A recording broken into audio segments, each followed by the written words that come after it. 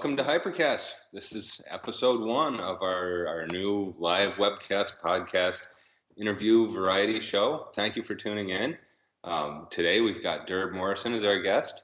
We've also got a special guest, surprise guest, Mike Cole, who just signed up at the last minute. He'll be joining us a little bit later. We'll be doing some tattoo critiques later on. But we're going to start out our conversation with Durb talking about fine art in the tattoo industry, which is a thing that has really blossomed in recent years. And we're also celebrating finally having our new website up. It just went live about a week ago. It was in the works of happening for quite a while. People had asked us if we had abandoned our website, so give a look at hyperspacestudios.com and join us every 2 weeks right now that we're doing these podcasts. Next guest is going to be Nikko Hurtado. Yes, on the 16th of this month. Well, the fine art aspect behind tattooing and how important it is, I think, something that I've always had in all my studios, even from when I opened up Stained Skin back in 1994, is an art gallery, because it's an essential part of what we do. I mean, tattooing, to me, it is a fine art, painting, all that, and it all contributes to the other form. Like the painting should always be hand in hand with tattooing, in my opinion. It's something that we incorporated at every Hell City Tattoo Fest, as well as we want people to see that, we are fine artists, that we paint, on and off the skin, essentially. So it's a valuable part to tattooing. It's a valuable part of the history of tattooing. It's a valuable part of the future, and it's done nothing but contribute to, the expansion of the art form. My name is Durb Morrison. I'm from Hell City, Columbus, Ohio. I'm the organizer, promoter of Hell City, tattoo artist, former owner of Stained Skin Tattoo Studios. I worked with Guy last year here at Hell City, and I think the wheels have been spinning since then. And they came up with the idea of Interstate, and we worked on it for the last 6 months with Guy and Michelle. They organized this great thing and proposed it to me, and we went from there. We've been organizing it for a while. Brought an amazing energy to the whole thing. It brought another aspect. It shows, it showed that the artists are talented off the skin, and showed that what they could do on canvas.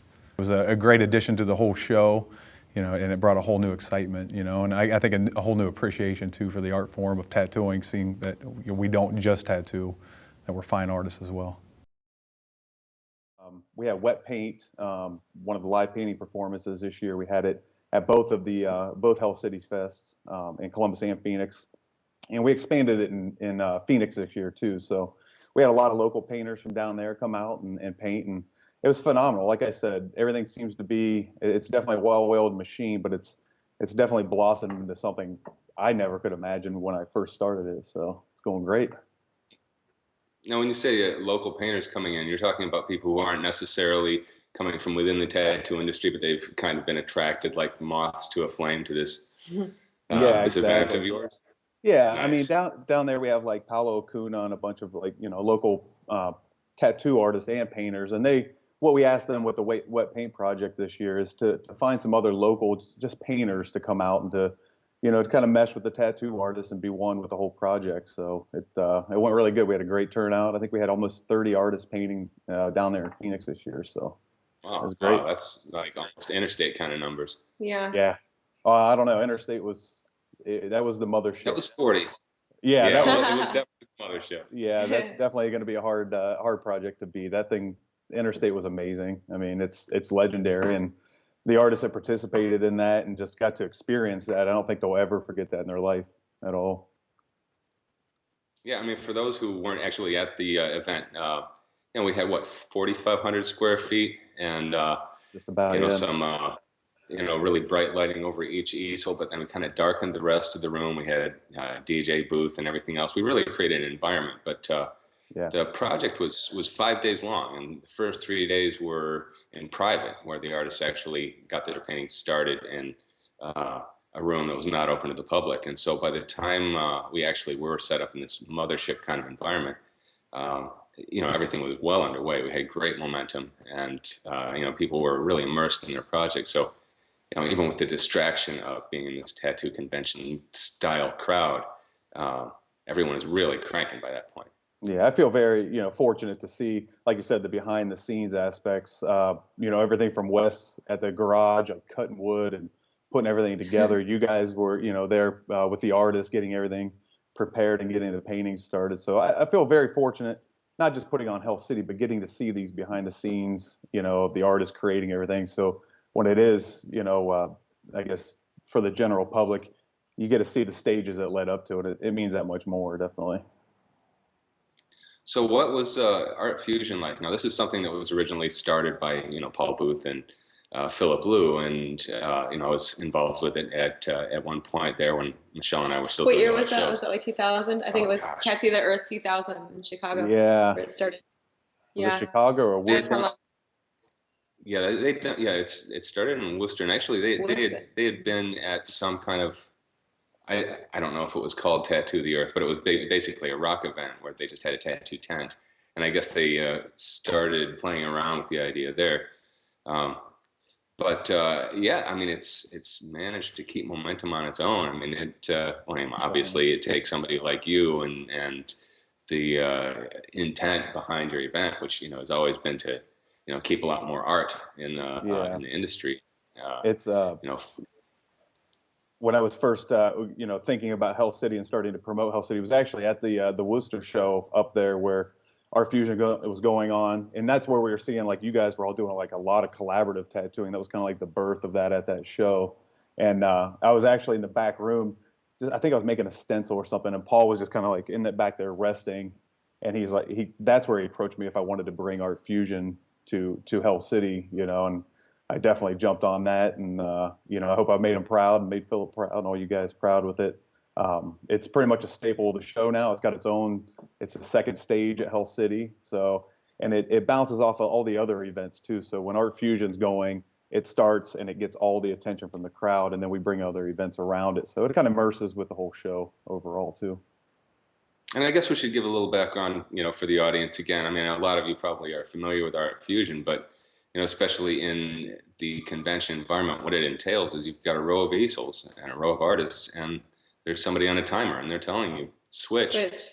Yeah, and that's what takes you by surprise. And you can't get too attached because it's going to change. So it's just about being part of this snowball of momentum and working together as a team and being part of this collective energy, which is so much of what the tattoo community is in general.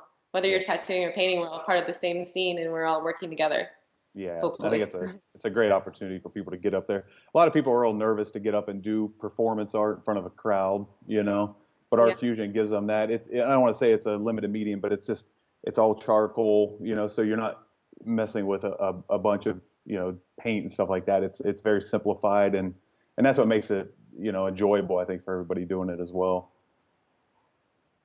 Yeah, I think that at this point, especially since it's been going on for a while, people understand that they can just let go.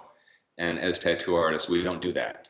I mean, it's kind of the opposite of tattooing, where it really matters how it turns out, and with the Art Fusions, what really matters is that you have a good time and that you're spontaneous. And I mean, it's always nice when one of them comes together great, because they don't always, it's not the kind of collaboration that, Michelle and I have been involved in, so many times where, everyone involved is, put a lot of planning and thought and, communication into the project before it even starts. It's a whole different game. I mean, you're just going for it. I kind of see all the art momentum going on behind the scenes of tattooing is just being pure energy, just momentum, like just using our creativity and like it's like a pre-calisthenic workout. You're just getting inspired and getting your juices flowing so you can explore and how do you say that, like just put it into all the work you do, whether it's tattooing or painting. We're all artists and we're all expressing ourselves, and we're a part of this larger community that's still sort of subculture, which is, I think, kind of cool, because it's not like exploited. We're still there's still a family fighting to stand out. Oh yeah, definitely. Tattoo, I mean, that's one good thing about tattooing. It does feel like a huge family, especially at Hell City or any of these conventions. Yeah. Everybody comes together, and it is like a family. The thing with, like we were talking about Art Fusion, the free flowing, as tattoo artists, I don't want to say we're restricted, but we have to be very, very tight, very precise with everything that we do. Art Fusion is more of a spontaneous, just an expression of, of yourself, in my opinion. Yeah, and I think that there's actually been some artists who've gone home and tried to do things that have been a little bit freer. And I remember when I first started doing that, what that was like. I mean, it never came naturally to me. Before I was a tattooer, I was an illustrator. I was doing work with the airbrush, and everything was very controlled. It was extremely technical, the way tattooing is, and yeah. There was this expectation of a certain look. This is kind of the 80s airbrush heavy metal look, the Iron Maiden kind of motif. And I mean, not judging it for what it was. It was a good experience, and it definitely, I think, prepared me to tattoo. But loosening up was not something that, to me came very naturally. And I think that a lot of tattooers have that same, kind of limitation. But it can only make your art better if you can relax a little bit and put some of that free flowing energy back into your tight work. Yeah. It's just going to loosen up the whole experience of doing it. I think it's a good balance too. Like I said, we are so restrictive and, with tattooing that it is a good balance to just let loose and just make art, without any preparation, just on point, and that's something I've actually enjoyed more with my recent painting and stuff like that. I've taken that approach, and I don't sketch on the canvas. I've just been kind of free flowing with it. And actually, with the limited amount of time that I have to not work on large projects, it's been nice to just put a canvas in front of me and just roll with it, and whatever comes out, comes out, I think that by encouraging all tattoo artists to work in other mediums at tattoo conventions and beyond, we're reminding everyone, including ourselves, that we're artists. And so if you say, yeah, I'm an artist and I'm also a tattooist, and you put that energy into your tattooing, it sort of infuses that momentum to push a certain individual style further. It sort of frees you in some ways of the restrictions that the foundation of tattooing sort of commits you to. Well, I mean, tattooing, you've got assignments, right. I mean, everything that you do is for somebody. They've made a request, and I think that's great. In fact, that's one of the things I'm most grateful for in my long involvement with tattooing, is having these clients that have something particular that they need from me, and these challenges that they bring. And you grow from these challenges. Sometimes you have to go into territory you're not even comfortable with, and you wouldn't necessarily do that on your own. But to then be able to go into a place where you don't have any of that. I think that one thing that's happened as a result of a lot of tattooers working in other mediums is we're seeing, I think, more freedom on skin. Mm-hmm. We're seeing less of I think, graphic illustrative look, and even the illustrative pieces, they're finding more freedom, and this means pieces that flow more, that work with the body better, that have, I think, more energy, more overall strength as a piece when you're looking at it from a distance. I mean, these are all things that it took us a long time to arrive at as a community. We did a lot of these little detailed things and a lot of experimentation over the years. Yep. A lot of experimentation, to get to that point where, like you said, to free flow on the body more, to learn how the design works with the body. I mean, that is something that comes from letting loose and just incorporating how visually how you see it, and just apply it that way. Well, back to Philip Liu. Remember those bodysuit drawings that he did? Yeah. He wasn't necessarily seriously considering tattooing any of them. He just wanted to work fast. And this is when his dad was kind of, really still leaning on him to, get loose. And, Felix was a huge influence on Philip that way. And he always told him, paint, don't draw. Even when he was working with pencil or charcoal, to think in terms of, big open fields of color, of large gradients, of alternations of dark and light, rather than little shapes with little outlines, even though, a certain amount of that, ultimately does work its way into the big picture. And there's an element of difficulty to doing that too, to simplifying something so much that visually, like Philip's style, it's big, it's open, big shades. That could be more difficult than doing, like a more of an intricate tattoo to think that simplistic and what's going to work, what's going to look good in the long run. I mean, Philip definitely has that down, and that's what I think everybody's trying to attain. Like myself, I do a lot more tighter tattooing, but as my career goes on, I am trying to loosen up. I think that's one of the critiques you gave me when I was at your place, was bigger shapes, and that's something I've definitely tried to put in my work here recently. Yeah. That's got famous soundbite. He'll tell every tattooist that. Yeah, well, no doubt you'll hear it from me a little bit later tonight.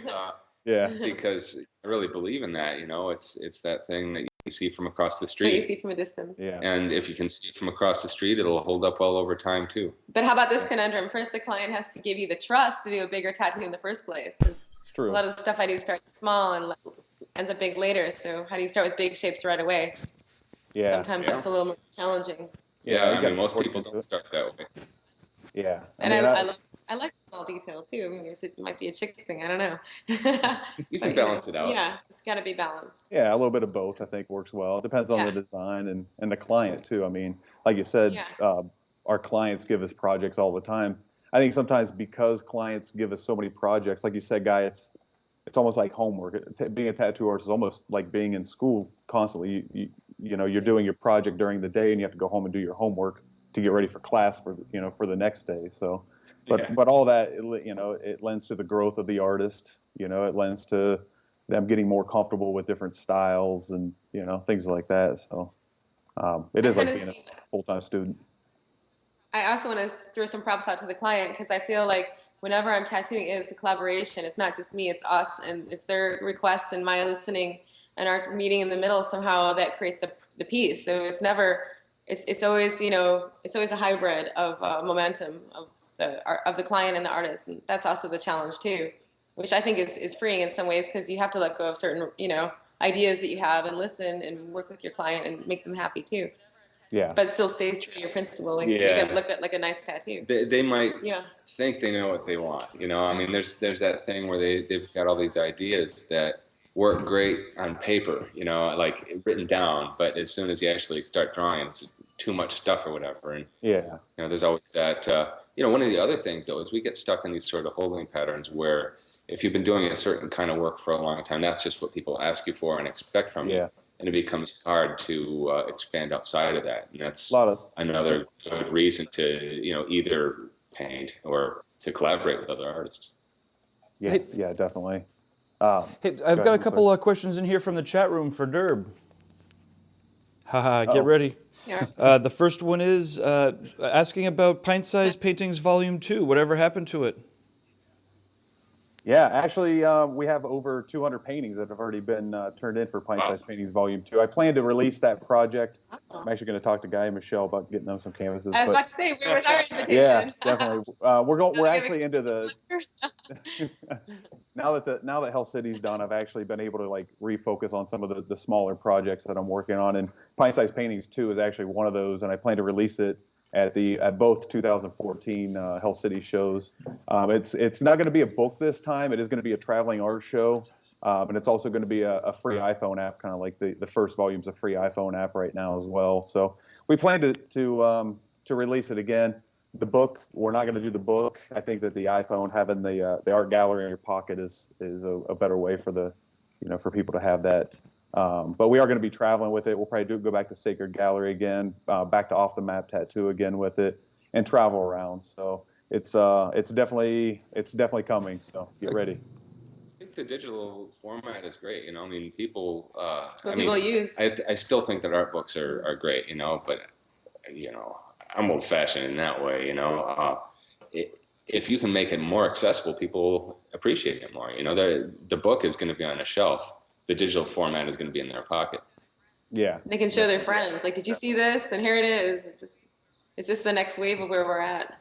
Yeah, I think with the books, I ordered it was my first book, so I ordered so many of them, and I still have a good chunk of them left that I'm like, maybe, we'll try the digital thing. If there's enough requests, I'll make it into a print book. Definitely. I think you'll sell them all eventually with the way your convention's going so well. It's just a matter of time before they're all gone anyway. They'll become collectors at some point, and the last few will go, and you'll be sad to see them. Finally. Yeah. The first project was great. So the second one is turning out just as good, if not better. I mean, the caliber of art we have for the second book so far is it's amazing. Here's another question in. Oh, sorry. When I saw your... Didn't mean to cut you off. This is hard because I can't see you. But another question from the chat room, and this is for everybody, I imagine, is how do I get into seminars, and do I have to reserve a spot? It's a pretty open-ended question, but somebody asked it, so. Guy? Okay, well, if it's a seminar with limited seating, you just be one of the people that signs up first. If it's something that's being offered in an online format also, which, many of them are right now. I mean, all the ones that I'm doing lately, and, most of the ones that they're hosting at TattooNOW are also being offered in an online format. So these are the Hummingbird machine. These are all ways that you can access these seminars. I mean, you might think, well, looking at it on my computer, that's not as nice. But one of the things that people were saying after the first webinar that I put on was that they felt like they were closer than they could have been in, a classroom setting. I mean, the camera angle and everything else, they were seeing the needle, huge on the screen. So this is a way of, accessing it without having to travel. Now, they're reinventing the tattoo seminar that I'm going to be giving in the spring. I believe I'm going to be having that in both digital and in-person format. So if you don't mind traveling out here to this undisclosed location in the boondocks, to a small classroom in a unmarked hotel to sit with some other people and take this seminar. That sounds so seedy. You're not necessarily going to learn more in person than you would online. But, of course, being there in person does, have its own appeal. Hey, so Durb, how about you go about reserving seminars at Hell City? Usually at Hell City, unless it's a limited, like a actual like limited class with like a certain like 20 cutoff or whatever. Our seminar room it's so big that, they don't really sell out because we have so much seating. And what we do is we tell people to just show up a half an hour early to get signed up for their, for the seminar that you're wanting to take. And we usually have about 3 to 5 seminars a day, depending. So we just have people show up right at the seminar room. They rarely ever sell out because we have like 200 to 300 seats in the room. So you can always get online too to read what seminars are going on if you go to hellcity.com. We always have extended descriptions and how much they are and anything that you get with the seminar, like a brochure, or anything that you get. The Hell City seminars are, they'll never sell out. Cool. We just have people. Another question that we have for you, Durb, from the chat room is, how do you manage your time between the shop, the conventions, tattooing, and your personal life? That's the $1 million question, man. That's what everybody wants to know. How the hell do you do so much? I don't know. I think it's definitely a careful balance of time. It's a lot of caffeine. I enjoy what I do. It never really feels like work. It can wear you out, but I've never really once felt like it was work. It's something that I want to do. With organizing Hell City, I feel like tattooing's given me so much that Hell City is my chance to give, back to tattooing and back to the community, and bring a lot of good things to those people. So between that, 2 conventions a year, True Tubes, Red Tree Tattoo Gallery, it's just a careful balance, and like I said, it's not work. It's something that motivates me. It's something that drives me every day. Knowing how I'm affecting other people, I guess, is a big motivating factor. Sorry. Before we get on to the other things, something I wanted to say that Michele and I have always been very impressed about Durb is when an idea comes up or something comes up that needs to be done, he doesn't put it on a back burner. He just does it. Then and there, he expedites everything that comes up. Durb expedites. I've tried to take a page from that. It's a hard thing to do. You've got to be super motivated, and you've got to have all the resources and connections. And Durb uses all those things. Durb's got it going on. We know firsthand. I have a lot of good people behind me, a lot of good friends, but throughout the industry. I've been tattooing for 24 years now, so a lot of the, I don't want to say a lot of the younger generation, when they came into tattooing, they saw me being really active, you guys being really active, and I don't want to ever be, unactive with tattooing, or inactive with tattooing. So I wake up every day, and when I wake up, I get stoked for my day. I get stoked to go talk to my clients, or to tattoo, or to paint, or to just work on my projects. And like I said, it's not work. It's me. it's my life. It's your life. You're a great example of taking care of business. Thank you. And contributing to tattooing. So we're glad to be friends with you. Definitely. I just want to look back, if I ever do have a day where I start to slow down, I want to look back and say, you know what, every second that I was, pushing, I gave it my all, so there'll be a day eventually when I slow down and I get a little bit older and You'll sleep when you're dead. A little bit. yeah, You say you'll yeah, a sleep little when bit. you're dead. Yeah, I'll sleep when I'm dead from lack of sleep. So hey, before we get Mike Before Cole on the we- line, Guy, there's been a couple questions. Speaking about art books, when are we going to get more about the Biomech Encyclopedia? It came in twice. Yeah, I wish I could give a more concrete answer. Yeah, it's this huge project. It's proven to be far more epic than I could have anticipated, and of course, there's been other things. Right now, I'm trying to wrap up an educational DVD project. It's actually going to be a double DVD, all close-up, nuts and bolts, technical stuff. I'm really excited about getting this one out, and actually, it'll be going off to the printer in a few days.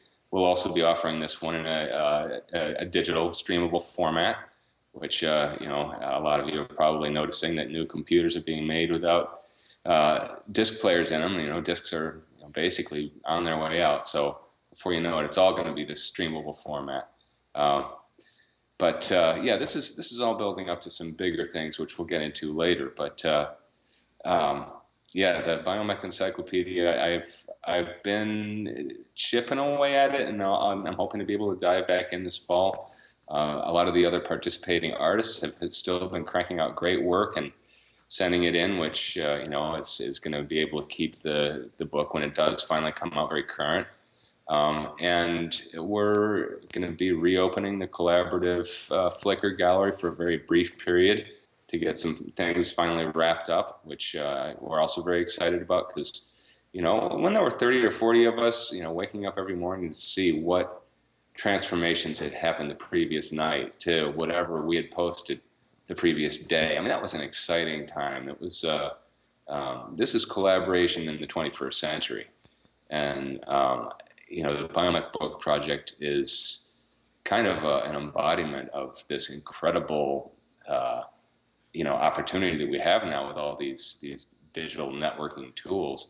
As artists, I think artists, and people like to connect, but artists really like to, share what they do. And I think tattoo artists in particular are more open to collaborating and sharing than, many artists are. And so that's one of the things that gave this project such an amazing amount of fire. And so, no, I can't give you a date. It'll be next year. It'll be awesome. It's in the future. It's in the queue, and more stuff is coming in as a result of it taking a little longer, which I think is pretty cool. It'll be a better book because of it. It'll be a better book because so Michelle, there's a question in here for you. There's a comment that someone loves your style, and they're wondering if you're writing your own tattoo book, or if you have one coming. Yes, actually, I am working on a book. I've been working on a book pretty much documenting the past 20. How long have I been tattooing for? 15 years. So pretty much I started tattooing with a very specific vision in mind, and I've been documenting the clients who believed in it, such as Mindy Murad, and who's now Mindy Robertson, of course, and people like that who've been with me from the get-go. And I'm doing a book featuring the women that I tattoo and how they've metamorphosized into like full sleeves and an overall look, starting with just shoulder caps and small pieces. So that's pretty much been my main project that I've been working on. And my goal is to have it out by 2020. So I'm still working on it, but I'm following women that I've been tattooing and documenting their evolution as they collect more work for me. Did I answer the question? Hey, okay? so if people could hold on a little bit, we're going to try to get Mike Cole on the line here. Come on, Mike. Yeah, and we were talking a little bit earlier about Interstate, and Mike was one of the people that showed up for that. He's really been tearing it up lately. Mm-hmm. I don't know anybody who's following MechMaster Mike on Instagram, seeing the stuff that he's doing right now. It's just it's mind blowing, and he's taking it to next level, right? Yes. Yeah. So we'd like to talk to Mike about first of all about the live painting experience. He was part of Interstate that Durb helped facilitate. My name is Mike Cole, and I'm from Southern California. I definitely like painting at the convention. Because you don't have to deal with.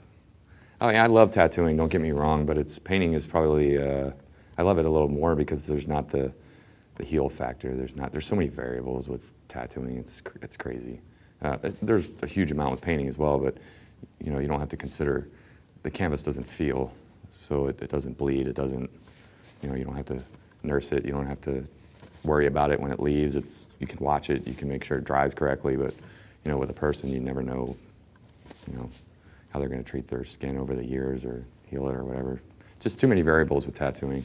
Painting's a lot more relaxing. It's a good exercise to take the stress away from the tattooing and still create, you know, and do what you love, you know, because it can be a love-hate relationship, push-pull, whatever you want to call it. Hi, Mike. Hi. What's up, Mike? Come on. How you doing, man? Not too bad. How about you? Hi, Lourdes. Great. And Princess. It's Princess, everyone who's watching.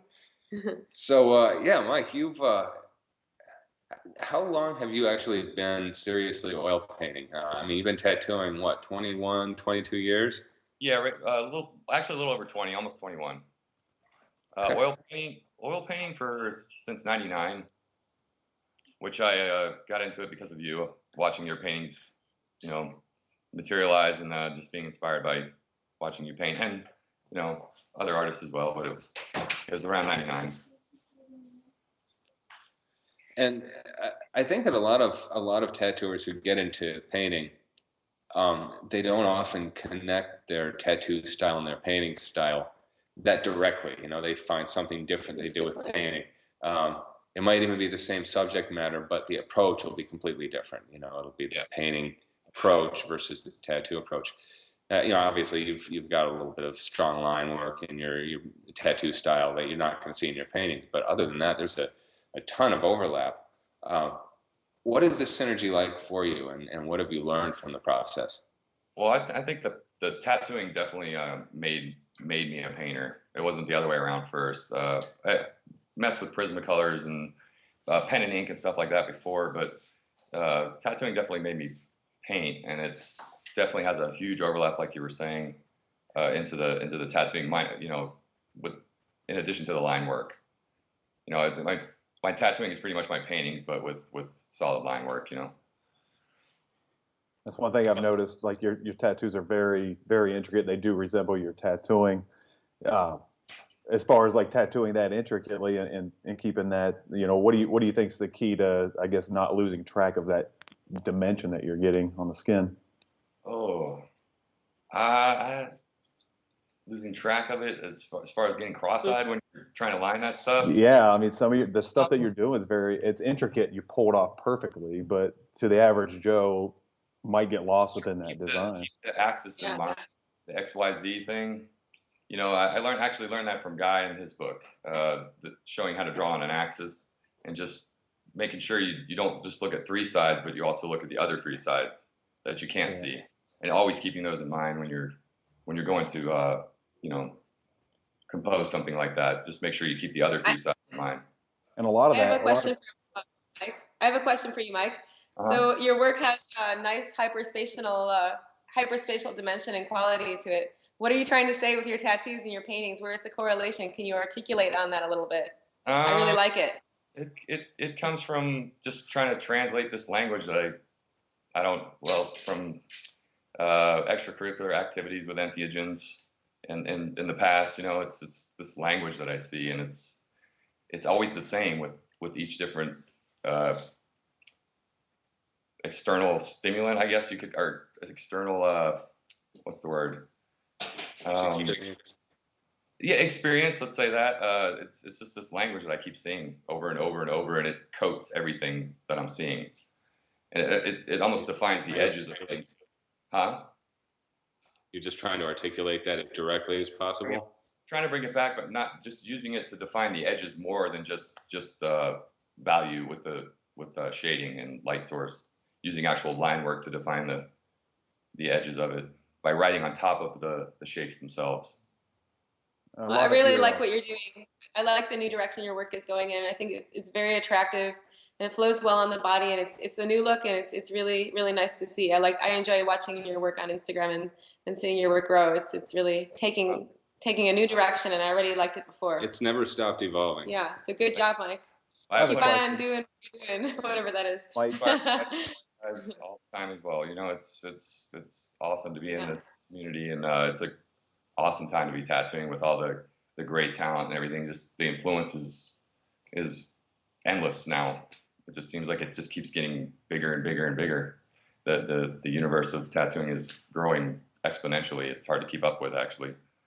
I remember when I was sitting with you one time, you actually said that you freehand a lot of that geometric shapes as well. Do you find yourself doing that a lot? Like the large painting behind you, is that a lot of freehand work? All the intricate stuff inside the shapes are just all improv. I don't ever.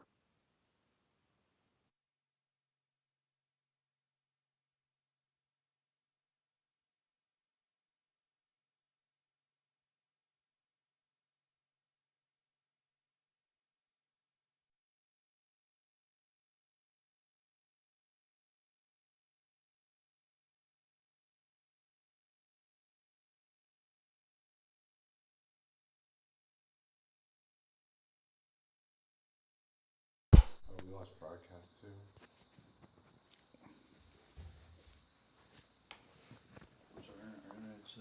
We're wireless or wired? We were on wired before. So this should be benefited. That's going. Oh. You guys there? Yeah. Yeah, we're here. Okay. Yeah. Did everybody get lost there for a second? Yeah, just We did get lost. We lost your sound for a minute. Hey, hold on one second, buddy. We're I got restart the broadcast. It should be going live now again. just dealing with a computer glitch. Who knows? It's our first one. Thank you for joining us. Anyone who's listening right now. And thanks for bearing with us during this Oh, technical is Durb, are you back too? Their cameras didn't get turned on. Yeah, I can hear everything. I can only see Mike right now. I can't see Guy on the I think show. we need to get your camera on. Yeah, we can only see So- Mike. We can hear you guys though. I can only see Yeah. Durb's picture. Durb, you got to get your camera live, and Guy, your camera live is not happening. Mine's live. Mike, you can see me, right? I can just see a still picture of you. Oh, still picture? That's weird. Like your profile picture. Why don't we try to give you all a call back real quick? Okay, cool. Thanks. Kind of Sounds reboot. All right. Yeah. Let me see. Do we need to? Thanks for sticking around, everybody. If you have any more questions, throw them in the chat room here while we get everybody back on the line.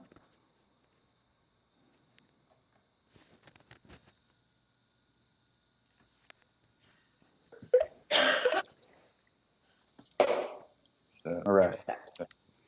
Hey, I see Durb now. You see me? Am I moving? Yep, you're moving. there's You're good. Don't move too much. eh, There we go. There's Mike. I see Mike. Put it live. And there's Guy Michelle. We're back. all right. Hey, we Okay, got well, I everybody. have while we're here and we have a little bit of a break, I could ask a question from the chat room, and this is good for everybody. What do you think is the biggest inspiration for an artist, and does watching tattooers work help? I think other artists are one of the largest inspiration. You know, seeing what other people accomplish. You know, I think that's one of the biggest influences. You know, to any artist is being influenced by other artists, and yes, definitely watching whether somebody painting or tattooing. I mean, it all lends to the big picture, I think. Yeah, I would agree with that. Other artists, or the work ethic nowadays is really just, they're hungry. The younger guys are super hungry. And nature, of course, that's a huge influence, inspiration. Yeah. No wonder we're all friends. We all agree. Makes perfect sense. Absolutely. Well, you know, I don't know what percentage it is now, but I'm sure most, you know, serious artists in this trade grew up, or, you know, when they were younger, noticed art, you know, had some kind of connection with it. You know, I mean, I grew up with art books in the house and was totally drawn into them, you know, not just the art itself, but reading about the artist's stories and things like that. So yeah, that's a huge influence, but being actually part of a community where everyone can look at what each other has been doing that day. I mean, that's been a kind of an exciting thing. You know, it wasn't like that 25 years ago. I would also like to add that, you know, I came into tattooing with just, I hate to say it, just an artist, but I wasn't a tattooist, obviously. I was as a painter. And since I have become a tattoo artist, what inspires me the most is other people's tattoo art, because I see what's possible and where people are pushing the boundaries of tattooing. And it's such a hard thing to begin with. And it's just incredible. I mean, I find it incredibly motivating to see what other tattooists are doing. And, I feel like there's room for all of us to be good. You should never get discouraged because there are really good people out there. You should just let that inspire you, because there's room for everyone.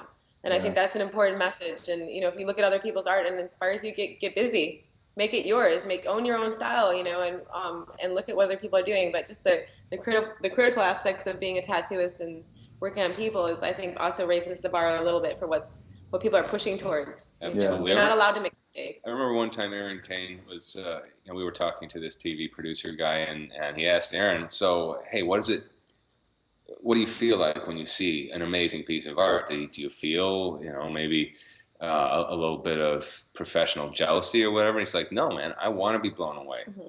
It doesn't happen often enough. I want to be blown away because it reignites, what I'm trying to do artistically, and it's easy to get too comfortable. And I think that's one of the nice things about this industry is we all push each other. I mean, that's happening in a very real way. And one thing I want to add is every time someone does something amazing, it elevates the bar for us all. Like, we are the tattoo artists, and we're part of this community. So someone in our community does an amazing tattoo that people are talking about, that elevates us all. And I think that's important to acknowledge and to be proud of. That's the energy and creativity, with the people that we're around is so inspirational, because, like you said, Michele, it's like seeing, what another tattoo artist is doing. That makes you go and try to work just as hard and kind of like contribute back to the energy that everybody's putting out. The energy, of our communities is just amazing, and that's kind of the fuel for everybody else at the same time. Yeah, it's a huge push. I also like. It's also somewhat raw. It's not like we have this art degree to be like justifying our style. It's more like we have to do it to justify it. So I think the work that's involved in being a good tattooist is evident, and that matters more. And I like that it's sort of edgy and not so, it's not very polished. It's not as polished as maybe being in an art gallery and going to college. Some of it's extremely polished, but the profession itself is definitely a little raw at the edges, and I think everyone prefers it that way. It's informal. It's informal. That's what I was trying to say. Yeah. And that's something that's important in the arts. I think that as soon as an art form gets too formal, people stop experimenting. They stop reaching outside of their comfort zones. I mean, one thing about tattooing is everyone's looking to kind of outdo what they've already seen, and or outdo themselves. That's what I'm trying to do. Like, every time I do a tattoo, I want to say, how can I do this better, or how can I improve? I've never, I want to keep pushing the boundaries. Yeah, or to make something nobody's seen before. Yeah, that would be a great goal. And when a craft has become too formal, that's the opposite of what you want to do. You want to do what has been seen before just right. And of course, there are certain styles of tattooing that are very traditional, and there's a beauty in that. The kind of refinement that it goes through, where there are these narrow limitations, but people can continue refining it within that. But by and large, this is a community that embraces the new. It's pretty cutting edge. This is we got a couple questions in here in the chat room for everybody here. How about, I'm a tattooer and I'm interested in oil painting. Should I just join a local studio to learn? What are your thoughts? That can help to join some, find some classes, local classes, community college or, stuff like that to help you get the basics down, and then go from there. I think before you, move to you have to understand oil painting, first of all, and that's where the classes will help you to understand how it actually works before you can start creating, big pieces of work and stuff. But yeah, education is going to be key to anything, and educating somebody to how to oil paint. Oil painting is much more difficult than acrylic or any of that, because acrylic dries so fast, where oil, there's a lot more to understand with it. So you can make mud. People make mud and they get discouraged. Yeah. Yeah. Oil easily muddied up. You can prevent yourself from having to go through 10 years of really hard trial and error by taking, the right instruction for 10 weeks. Yeah. I say learn the rules first, and then you can break them. Yeah, definitely. Okay. Yeah, I mean, I'm sorry that we're all out of Nick Baxter's book. We'll be selling it as a digital form very soon, but Nick is actually rewriting some parts of it. But you can see his student work, and he's kind of walking you through these fundamentals of, first learning to build up volume and then starting to play around with very basic color, and it makes a lot of sense. It's presented in a way that you can start with knowing nothing. Or any of you guys that are attending any of the shows that either TattooNOW puts on or that Durb puts on, take Sean Barber's class. He's a master at painting. He's like one of the most phenomenal painters I've ever met, and he breaks it down really nicely. He also has a great way of taking the fear out of it, of making it something that you can just sit down and do, and not be afraid of how well it turns out. Because I think that even though we all know it's just a canvas, it doesn't go home and heal and have to wear the thing for the next 50 years or whatever. But still, none of us wants to turn out something that looks like crap. Yeah. And then, not be able to show our friends and say, hey, man, look at this thing I did last night. I mean, none of us wants to be humiliated, even if it's just only to ourselves. We're used to living up to a certain standard. And so you do have to let go of that to a certain extent. Yeah. But you can with a painting more easily than a tattoo. Yeah. Art painting, it can be very intimidating for a lot of people too, because they'll look at what that guy is doing and think that that they instantly want to get that out of a painting. But I think, like you said, like getting rid of the fear aspect of like oil painting and not having an expectation when you go into it right away is a big part of it too.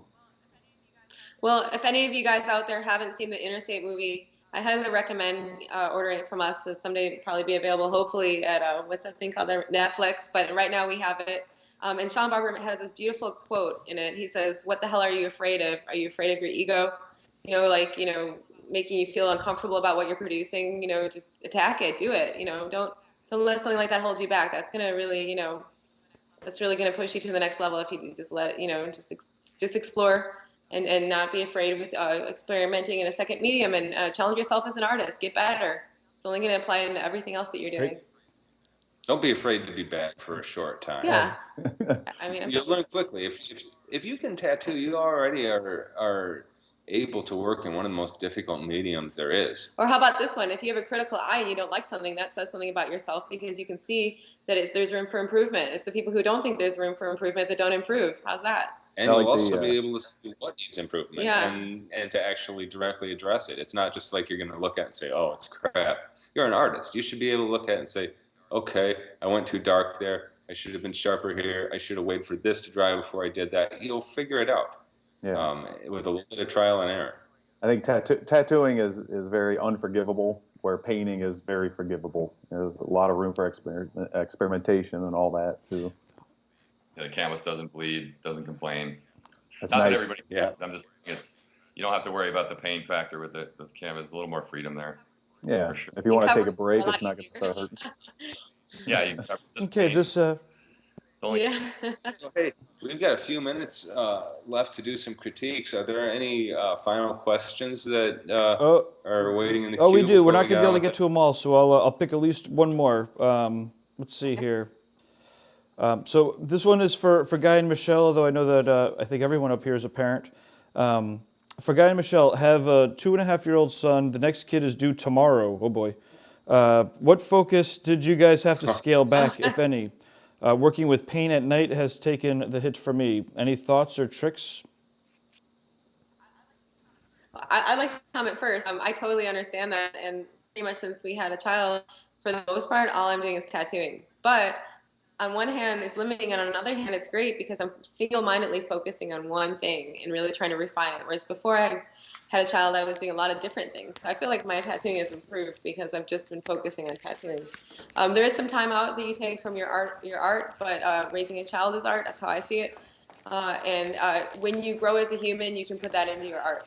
So what you're not doing with repetition and eye coordination, you're doing it from living and experiencing and sacrificing, and that will come back to you. It will. It'll show in the art that you do. Yeah. I think that if there's one thing that I miss the most is we used to work together, and not a lot of married couples have the same job and work in the same place, and it was pretty neat.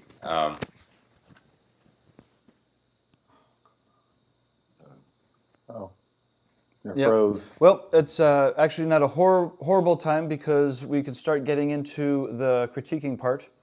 Do you guys have the? We're not going to be able to get to all of the questions in the chat room, but we'll be doing these again in the future. Sorry about that, everybody.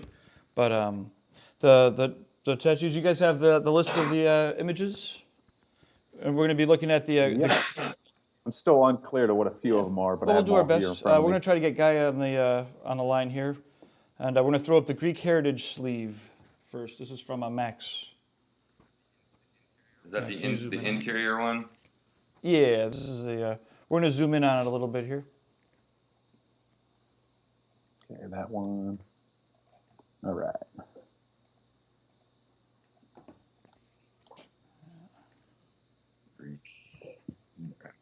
Excuse me.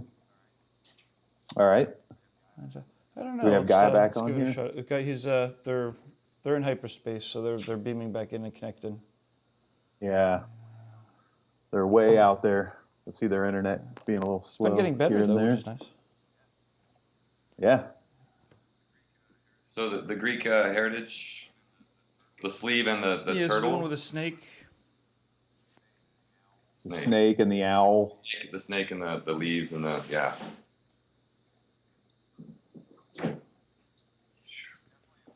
I mean, it's definitely a smooth piece. How do you critique something like that? Yeah. Yeah, I mean, it's a really nice tattoo. You know, Nice. with, you can see all the shadows are in place. It's smooth black and gray. It looks like the contrast is in right places. Yeah, I mean, personally, nothing wrong with the sleeve. Just go a little darker in some areas, maybe. That's about all I would. Well, say. we can move on to the Memento Mori sleeve. This is another one from Max. Yeah, we're gonna fire it up here. Okay, which This one is is this? the other black and gray sleeve, the one with the skull on the shoulder. Okay. Let's see. Okay, there it is. All right. That one's pretty nice too. I'll look at it here close. Go. I don't have that one. You don't have that one? I mean, both these black and gray sleeves are really, really nice. Like, really, really nice. I saw it earlier. It's the one with the crown. Oh. The one is it the one with the crown and the? It's got the. No, it has like a little steampunk wrist watch or a little clock at the bottom. Pyramid, it's a skull up top with some wing. Yeah, I'm I sorry. don't know, guys, I don't know what's we're going on running here. into the new version of Skype makes it a little bit hard for us to kind of coordinate these. The next one is the sea turtle. Okay. The sea turtle. Oh, I think we got Guy and Michelle back All there. right. Hi, we're back. Yeah, we're back. Oh, hey, We no took a little problems. vacation. We just got through the black and gray sleeves, and we're looking at the sea turtle leg now. Sea turtle one, to me, the background it's not fluent throughout the whole design. Like in the mid left area, you kind of see just a chunk of shading in between the some of the turtle images there. I would tell you I could follow through a little more. Yeah, it needs more of a fluent flow through the whole design. I don't like the top two turtles either. I think they kind of combine and look like one image up there. It doesn't have a lot of separation up there, in my opinion. Too close together. Yeah. Yeah, on top of each other. Yeah, maybe a little more separation with a little further away on the one below the top one. Yeah. Hey, we're not able to see ourselves. Can you hear us? We can hear you loud and Yeah, clear, we can hear you. and we're just about to move on to the Hummingbird Tattoo. Okay. Well, hey, I wanted to make some comments too. And of course, you guys already predicted this, but these shapes are all too small. Even if your client doesn't want to go a lot bigger, sometimes you can go just a little bigger and make your shapes much bigger. Maybe have a few less things, like Michelle's just saying, less in general. You don't need all those turtles necessarily. One or two of them, like the two overlapping turtles, if they were pointed in the same direction, and the smaller background one It's lower in contrast. Lower in contrast and dropped out before it hit the larger turtle. Then it would give you a sense of one being near and one farther away, and that's probably all you need. Those two turtles and some swooping negative space, and you would have been able to go a lot bigger, do better detail, have a stronger overall tattoo. And you know, you've got good technique. This could have been a really neat piece. I mean, it's still not bad, but yeah, bigger shapes. Okay, these guys want to move on to the next one. Sorry. Okay, we're checking out the Hummingbird Tattoo now by Johnny Smith. Ooh, Hummingbird. When do I get to see that? Yeah. All right, I love the comment, but I haven't seen it yet. Is that beautiful backlit one that I liked on Instagram? Where is that? Well, none of these are labeled. Is it the one that's in the inner arm? I mean, I saw one on Instagram that someone from Gabe Shop did that I loved. That I bookmarked. It was so nice. I have that one. Yeah, this Hummingbird is very painterly. I like the crisp look to the Hummingbird with a real soft focus background. I mean, I really like that technique a lot. It's gotta be the one I saw. Yeah, we're just not. Find it? We're not finding it. Yeah, you know, I mean, if it's the one that we're thinking about, I remember. You know, I can't give a good critique if I can't see it. Well, we're moving on. I don't know if you could catch the next one is Johnny.jpg. Okay, I'm just not seeing any of these. I've just got the ones that are unlabeled. Okay, which one's This the is Johnny one? the clock. Show it. Oh, Yeah, we're okay. looking at that one now. I saw that earlier today. It's beautiful. Yeah, I like the perspective on this piece a lot. It's also very steampunk looking, don't you think? Yeah. Steampunk. And he just did another clock piece along the same vein in color, right? Yeah, he did that today, him? I think, or he did it last night and just posted it up today. The only thing that It's I nice. think the piece is really, really nice. I don't like the bottom lettering, how tiny. You know, That's a good point. Yeah. Yeah, I just don't like the lettering. I think that's my biggest thing I don't like about it is over time that can blob together, or like everything is so clean and readable, and you know, and then you got that tight lettering. I think it's just kind of. I don't want to say it's an afterthought, but it looks like one. It might not be necessary. How's that? It was probably one of those things where the client was like, "Hey, can you put in this message?" Yeah. And you're like, "All right, whatever." You know, the arc for the outermost border on the watch, right where that lettering is, that doesn't follow the arc quite right. It's a little flat. Yeah. I'm kind of a stickler for those things, but you know, anybody can see that. Because the rest of it is bang right on. And so you've got that one arc that's a little flat. The other thing is that the hands are passing in front of a lot of stuff that's similar in value to them. And so they get a little lost. And when this tattoo has got some years on it, you're not really going to see those hands anymore. So they need to have a little space around them. I mean, if you're going to do the hands dark like that, the surrounding details should drop out right behind them. Yeah, a little halo, like a white halo maybe. Yeah, I was thinking that too, for sure. Yeah, or even just lighter background detail, you know. But yeah, going almost all the way white with those would have been the strongest way of doing it. Okay, we're moving on to the file name is J King. It's the skull with the crown. Oh yeah. Yep. I'll add something, although I don't do black and gray. It seems like it could have more value differentiation, especially in the crown and the top part. It seems kind of flat. Like it could use more tonal variation. Well, especially when you look at the skull itself, which has got a lot of really nice modeling to it. You know, there's good contrast. Like it looks more unfinished at the top. Right. Yeah, it's definitely weighted more towards the bottom. Yeah, it should have a little bit more weight towards the top. Here's the thing with black and gray. I mean, it continues to lighten over time. I think this piece could be a little bit more rich, in my opinion. You know, with the shading. That way, it stands a test of time as far as black and gray, like a wash in the skin goes. I like the contrast at the bottom, but I think it needs to be weighted a little bit more throughout the whole design. Yeah, maybe some more metallic kind of highlights and details in the crown. Yeah. Yeah. Nice piece though. Okay, we're gonna move on to. Oh no, I guess not. Okay, so moving on to the next one. It's J King 2. It's the moth with a butterfly. Same example. It's very top heavy. You know, it's the opposite of the other one. It's top heavy there. So I think some of the designs and some of the line work at the bottom could be a little more definite, in my opinion, and a little bit more weight at the bottom. I think would be good. Yeah, a lot more weight in the lines for sure. Mm-hmm. I would think. some of those lines might leave in a couple years, 2 Yeah. 3 years. Yeah, and that's the thing people got to think about is, the longevity behind a tattoo is very important. Not to just when the tattoo's done, that's important too, but you want to think of the client 10, 15 years down the line. Yeah. Okay, we've got 4 more pictures here. The next one is Ty 1. This is the bio foot. Good old Ty.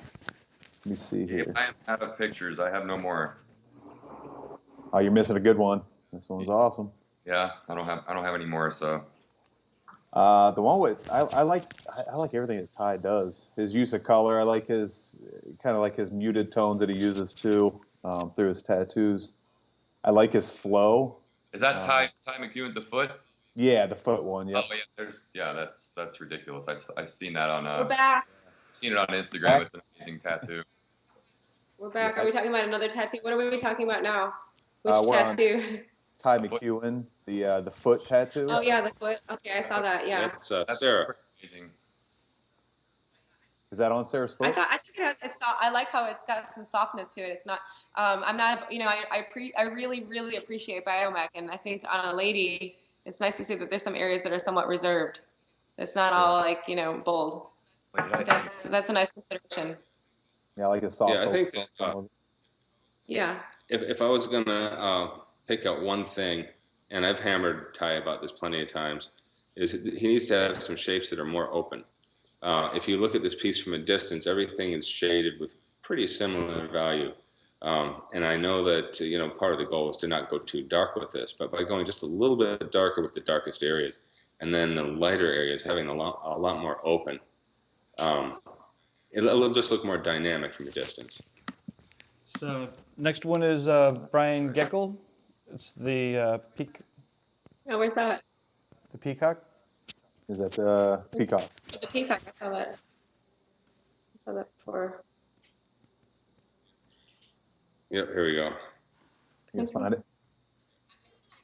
Yep. I feel like I really like this tattoo, but maybe like a halo of skin or white around the head of the peacock would separate it from the feathers more and create more distinction as a priority shape of the head. Yeah, same thing with the hands of the peacock. Just because the eyes behind it have so much going on in them, and they're very visually dynamic, but they compete with the head. So leaving that little bit of space around that head would really help. Or skin. It could have been a halo of skin. Yeah, something. Skin or just. Yeah. I think letting some of that detail out. On this design, he has line work like on the head, and you see some of the feathers on the body. I think if he would have gradated some of those back feathers, maybe use a little bit of line work on some of the ones that were more in the foreground, I think it would have put a more of a perspective on the tail feather pattern and kind of given some of it priority to kind of show the body gradate back to the out of focus stuff. Yeah, I also think the little jet of light coming out of the forehead, in order to make it look like light, it needs to be significantly lighter than the area around it, and it's not. And you can't go much lighter with it. The white is as light as you can go, but sometimes just by going a little deeper behind something, you can actually make that thing look lighter. Like some purple gradients maybe around it. Or even just the same color as the feathers are already, but just a little richer right behind that ray in order to pick it out a little bit. Really smooth piece, though. Yeah, it's a very nice tattoo. And it's big shaped, and I'm all about that.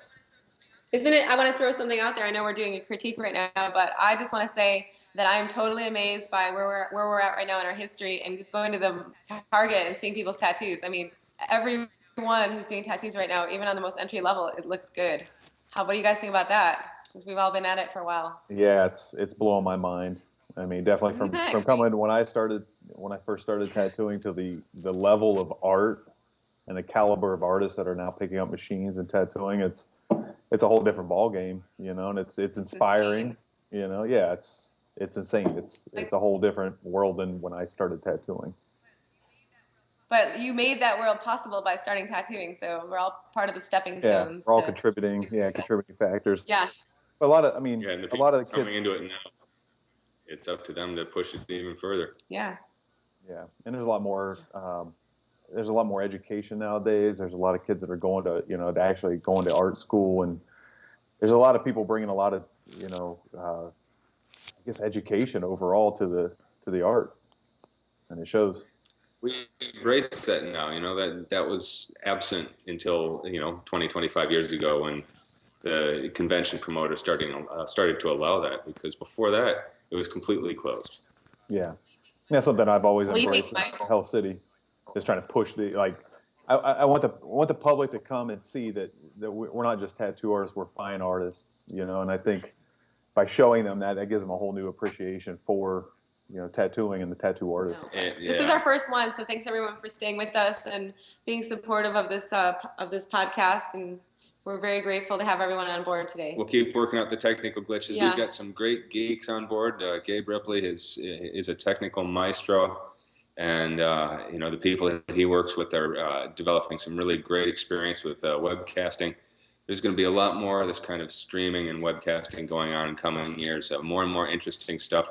We're no longer going to be relying on what cable TV has or that sort of thing. The tattoo community has these resources now. So get involved, join us whenever we post these things, ask us questions, and also maybe you want to plug your column, because people are not asking Guy enough questions for his column he has in Tattoo Magazine. No one's asking questions. Well, everyone listening, there's some, he's not getting very many. Well, we've had more good questions in the course of this podcast than I normally get in a month. Right. But yeah, it's in Tattoo Magazine. It's a column where I'm addressing questions from both artists and collectors, and please tune in. Hit me up with your toughest questions, and I'll try to make it into a column. Tattoo Magazine.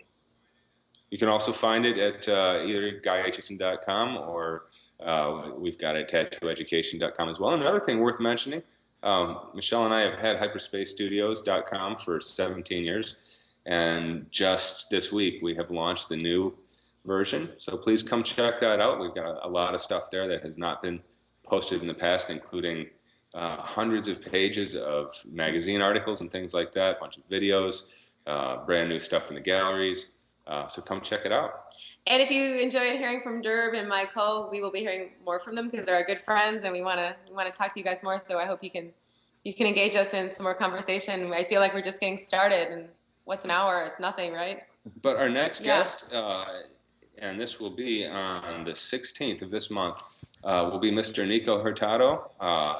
Many of you know him. He's just an absolute ace. He's an anomaly. Yeah. Because he's so good, and it's just like, where did this man come from? And he's a really nice and humble individual, very open and sharing. It should be a great show. And he's actually working on a big gallery show right now, which anybody who's been following him on Instagram, I'm sure you've seen all the stuff in progress. So we're all ready to have our mind blown, and so that's who we'll be hearing from 2 weeks from now. So please tune in. And attend Hell City if you can go to a good convention, because it's great, and attend anything that TattooNOW.com does, because they're awesome too. They're putting on the best shows that I know of. It's funny you mentioned Nikko, because Hell City was actually the first convention he ever tattooed at, and that year, my announcer Jeff always gets tattooed by a tattoo artist on stage, and he asked Nikko that first year, and it just blew his mind, and little did anybody know what Nikko was to become, and he's just phenomenal. He's crazy. He's so good. That man, I don't understand it. I can't look at his work. I mean, I love looking at his work. He's just so good at what he does. He's my neighbor. I can actually jog to his place. Go get him. Oh, wow. We need to come visit you guys and hang out. Hey, That'd be fun. We should come. Behind the house. Yeah, we should do some barbecues. Yeah. Just make veggie burgers for us. Sure. Mike, nice to talk to you, and I love your new work and your paintings. Thank you. Visit us. Good to see you, Durb. Good to see you guys. All right, take care. Hey, visit us. Cheers. All right. Cheers.